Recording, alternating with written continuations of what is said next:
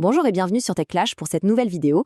Aujourd'hui, on va parler de Ugreen NeoDrive Go, le SSD USB 4 compact qui explose les vitesses et change-t-il vraiment la donne? Pour en discuter, j'ai le plaisir d'accueillir notre expert. Bonjour. Bonjour. Ravi d'être là. Alors, rentrons directement dans le vif du sujet. On voit passer beaucoup de produits qui se disent révolutionnaires. Pour ce NeoDrive Go, est-ce que c'est du concret ou juste un bel argument marketing? Eh bien, la promesse de base est très forte. Sur le papier, on nous parle de 40 gigabits par seconde. C'est un chiffre qui, évidemment, fait tourner les têtes. D'accord, 40 gigabits PS, c'est la théorie. Mais dans la vraie vie, à quoi on peut s'attendre? Et c'est là que ça devient intéressant. En pratique, on se rapproche des 4000 mégaoctets par seconde. Pour un disque externe, c'est tout simplement colossal. Mais comment est-ce qu'on arrive à de telles vitesses? C'est quoi le secret? Le secret, il a un nom, c'est l'USB 4. C'est vraiment la technologie qui change tout. En fait, l'USB 4, c'est un protocole qui intègre directement la technologie Thunderbolt, qui était jusqu'ici un peu à part. C'est cette fusion qui permet d'ouvrir les vannes et d'atteindre ces débits extrêmes sur un port USB-C. Pour qu'on se rende bien compte, ça représente quoi par rapport à ce qu'on connaît? Regardez ce comparatif. On parle d'une vitesse qui peut être jusqu'à 20 fois supérieure à celle d'un disque dur externe classique. Le bond en avant est spectaculaire.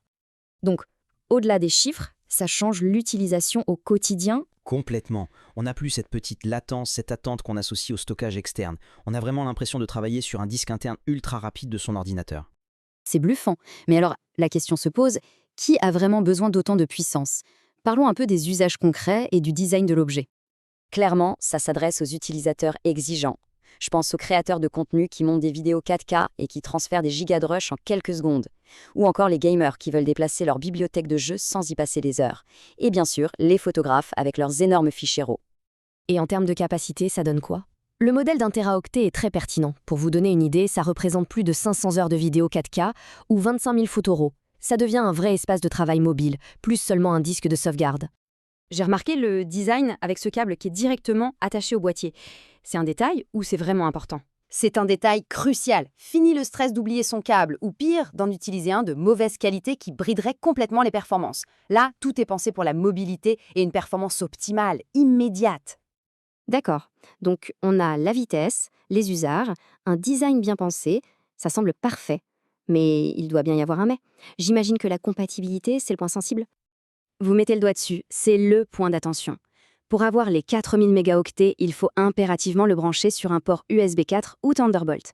Si vous le connectez à un port USB plus ancien, ça fonctionnera, mais la vitesse sera limitée par le port. On n'aura pas la pleine puissance. Donc il faut bien vérifier son matériel avant d'acheter. Mais sinon, il se branche un peu partout? Oui, c'est ça qui est bien. Même si la vitesse de pointe est réservée aux machines récentes, il reste très polyvalent. On peut le connecter à des PC, des Mac, mais aussi des smartphones, des tablettes, des consoles. C'est un compagnon universel.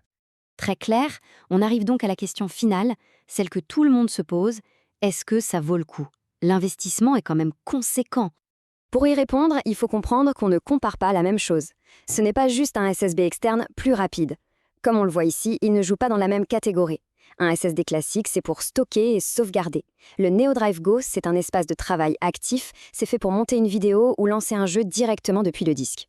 Et ça a un prix bien sûr. Oui, on est autour de 378 €. C'est un positionnement premium.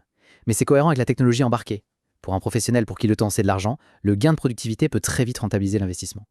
Donc en conclusion, c'est une révolution, mais pour un public averti. Exactement. Ça ne cherche pas juste à être plus rapide, ça vise à changer les habitudes de travail.